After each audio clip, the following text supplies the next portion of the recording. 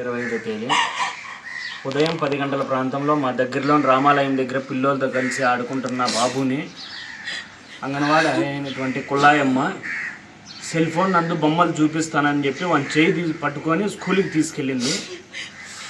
తీసుకెళ్ళిన తర్వాత 11:50 12 గంటల ప్రాంతంలో అదే రోజే నేను ఇంటికి వచ్చిన తర్వాత నా బాబు కనపడకపోయేసరికి బాబు ఏడే అని అడిగినాను. వెంటనే ఆయా తీసుకెళ్ళిందంట స్కూల్కి. తీసుకురావడానికి వెళ్తానని మా మిస్సెస్ స్కూల్ దగ్గరికి వెళ్ళి అక్కడ అంగన్వాడీ టీచర్ నేను ఆయాని ఇద్దరిని బాబు ఏడంటే అప్పుడే ఇంటికి వెళ్ళిపోయినాడు మీ బాబు అని చెప్పి నిర్లక్ష్యంగా సమాధానం చెప్పినారట. తర్వాత నా దగ్గరికి వచ్చి బాబు స్కూల్లో లేడంట, కనపడలేదు అంటే ఊర్లో ప్రజలందరినీ ఏమన్నా ఆడుకుంటేకి వెళ్ళినాడేమో అని చెప్పి అందరికీ ఇన్ఫామ్ చేసినాము. ఎక్కడా బాబు లేడు. తర్వాత ఒక పుకారు లేసింది, చాపిరెడ్డి వారిపల్లిలో అల్లినేడుగాయల గురించి మా బాబు వెళ్ళాడని, పక్కన ఉత్తరం వైపు ఉన్న ఊర్లోకి వెళ్ళాడు అని చెప్పి పుకారు లేస్తే వెంటనే మా బాబు గురించి మేమందరం చాపిరెడ్డి వారిపల్లి వైపు వెళ్ళాము. ఆ వెళ్ళే లోపల నేను స్కూల్ దగ్గరికి ఒకసారి వెళ్ళి ఏంటి మా బాబు కనపడలేదంట, ఏమైంది, మీరేం చేస్తున్నారు అంగన్వాడీ టీచర్ ఆయా ఇద్దరు అంటే, అన్న సొంపులు ఏమన్నా పడిపోయినాడేమో చూడన్నా మీ బాబు అని అంగన్వాడీ అయినటువంటి కుల్లాయమ్మ నన్ను దింపింది.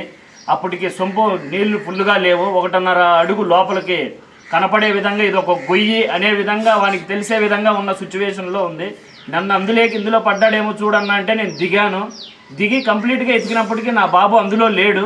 తర్వాత వెంటనే మేము బయటకు వచ్చేందుకు చాపిరెడ్డి వారి వాళ్ళు వైపు వెళ్ళారని చెప్పి ఒక పుకారులు వేస్తే మేమందరం కలిసి అక్కడికి వెళ్ళాం. మేము తిరిగి మళ్ళీ మా ఊరు వచ్చే లోపల ఊర్లో ఉన్నటువంటి పిల్లలందరూ, కుర్రవాళ్ళు, యూత్ అందరూ కూడా స్కూల్ వెనక వైపు యాడో ఈశాన్య మూలలో ఉన్నటువంటి ప్లేస్లో ఉన్న సొంపులో ఒకసారి ఎత్తుకుదాం కానీ ఏమన్నా బాబు అక్కడ ఏమన్నా పోయినాడేమో అని చెప్పి చూస్తే అప్పటికే సొంపు పొంగి పొరులుతూ ఉంది. దానిపైన ఒక మూత పెట్టి రాయి పెట్టున్నారు. వెంటనే తీసి చూస్తే మా బాబు అందులో విహతి జీవితంగా పడి ఉన్న పరిస్థితి.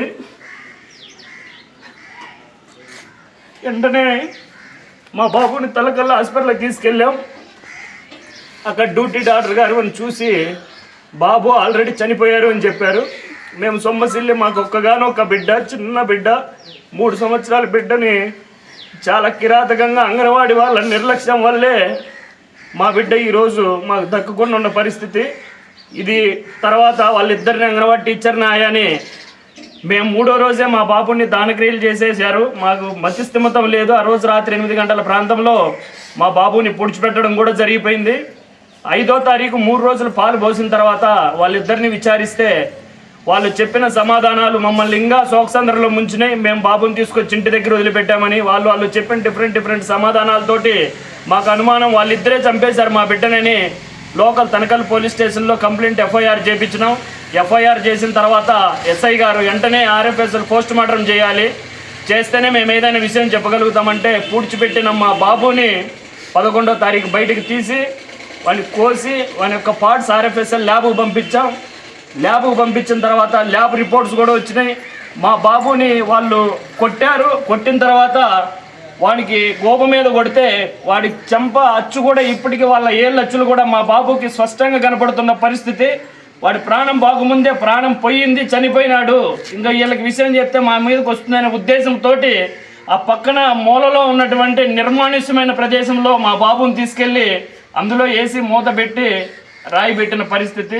ఇంత దౌర్భాగ్యమైన పరిస్థితి ఏ కుటుంబంలో కూడా రాకూడదు, ఏ తల్లిదండ్రులు కూడా ఇటువంటి రోదనలు ఉండకూడదు. దయచేసి దీన్ని ఎస్పీ సార్ దృష్టికి తీసుకెళ్ళాం. కొత్త ఎస్పీ గారు మాకు న్యాయం చేశారు. వాళ్ళని కంపల్సరీ జైలుకు పంపిస్తామని మాకు భరోసానిచ్చారు. దయచేసి వాళ్ళని కఠినంగా శిక్షించాలని